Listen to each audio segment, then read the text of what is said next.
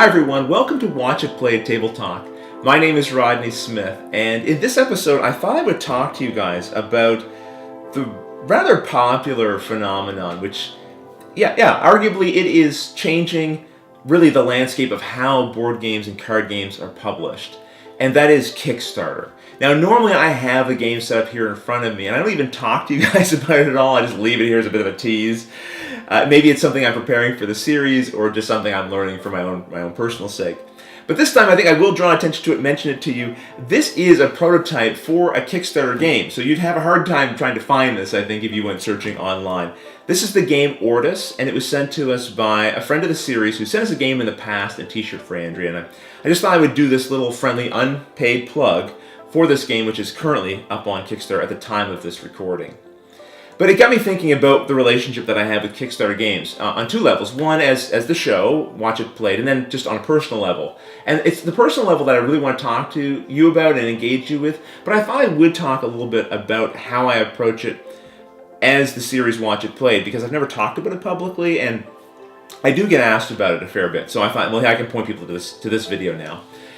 So basically, the reason why we don't do Kickstarters as a general rule here on Watch It Played is because the games themselves may not fund. So I might spend a lot of time creating a video, and then really no one will ever want to watch it again. And one of the things I really enjoy about the videos that we create is even our oldest ones, going all the way back to Mansions of Madness, because it's a game that's still in print and published, people continue to want to learn how to play, and they'll watch our videos, and I get to continue to interact with people in that way. So I like that our videos have a pretty long shelf life, which is nice. The other thing is that oftentimes, like in this case, you'd be working from a prototype if you were shooting a video. So this is not what the components are going to look like in the final version. So if someone then buys the game when it's finally produced and they're watching our video, they're like, oh, this doesn't look like my game exactly. And of course, rules might change during that process and all the rest of it. And then finally, one of the things I really like is that we can shoot a video and share it with you, and then if you like what you're seeing, you can, if you want, go out and buy the game right away, and you can start enjoying that same experience that you saw us having on the show. And with a Kickstarter project, depending on where you are within the life cycle of it, it may not be published yet, it may be a year overdue from being released, so I don't want to put people in that situation where they have to wait several months to be able to actually start enjoying something that they saw and liked on the show. That said, I'm probably going to break all of these fine principles at least once or twice at some point, because I know there's a couple of Kickstarter projects coming out from publishers that I've worked with in the past, and I really would like to share those games with you guys on this series. But that's the general rule, and as they say, rules are meant to be broken from time to time. On a personal level, though, I have backed a few different Kickstarter games, and lately I'm shying away from it a bit. And this is not really a knock against Kickstarter.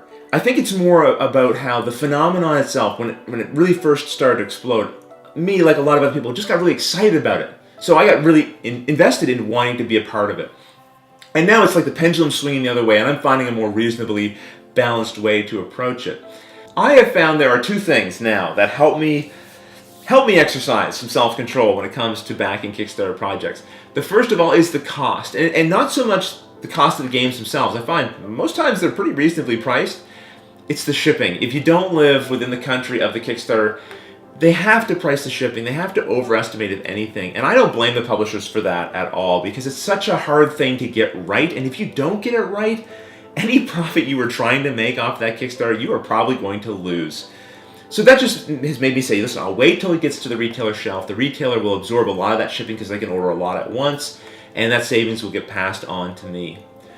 The other thing is that, listen, I'm as weak as anybody else. When I see a game that looks really good, has all kinds of great looking components, it makes me want to back it, even though I might not have any idea what the game is going to be. And this has burned me a couple of times. And I'm going to call out a couple of examples. You know, I don't normally review games in our series, but I feel like what I'm talking about here are just facts, so it's not my subjective opinion. Tectonic Craft Studios had a Kickstarter that I backed, and they were creating very cheap, inexpensive, but very good-looking tabletop terrain for your tabletop miniatures games. It's now over a year late delivering, so I didn't obviously know that was going to happen when I backed it, but that's certainly given me cause to think about backing Kickstarter projects by first-time publishers or creators. Another game, Sedition Wars, it was a very heavy miniatures game, and it had so many miniatures that just kept getting added as stretch goals, on and on it went, that I just, listen, you know, even if the game is terrible, for the amount I'm paying, I'm getting so many miniatures, it's going to be well worth it. The game arrived, and the tiles warped ridiculously. The rule book, for me, was a mess. I think it was a mess for a lot of people because they are redoing the rule book and sending that out to people, which, again, if you want a printed copy, you're going to have to pay a little bit of money for. So that's one thing. When you go down that road with a company that hasn't published a game before, or you have not yet seen exactly what it is you're paying for, you haven't seen the rulebook, you haven't maybe seen some gameplay examples, etc., then you're kind of walking into the dark. So that's giving me pause to think about what games I jump in on. And that's why I wanted to ask the question, what is it, if you've kickstarted a game before, what is it that drew you in? What convinced you to do it? Did you need to see the rulebook first? Did you need to see a really cool video? Or did you want to see some gameplay examples? Was it because the publisher was already established? What are the elements that have made you, for good or for bad, made you invest in a Kickstarter? And maybe what are the things now that you look for absolutely before you back something on Kickstarter? And I don't need this topic to be as narrow as that, but that's the main thing I'd like to see you answer. I won't probably do a number of Table Talk episodes about Kickstarter, even though it's a pretty broad topic, just because I think it's something that has been talked about probably to death on a lot of different other formats, but this is the way I wanted to approach it here. So feel free to sort of talk about any aspect of it you want. If I think it's interesting and I feel like I have the time, I may try to include that in our Table Talk back episode, where I grab a few of your different responses and then discuss them a little bit further. And of course, you can send in video responses as well, and I'll try to include some samples of those in the video. But until then, thanks for watching.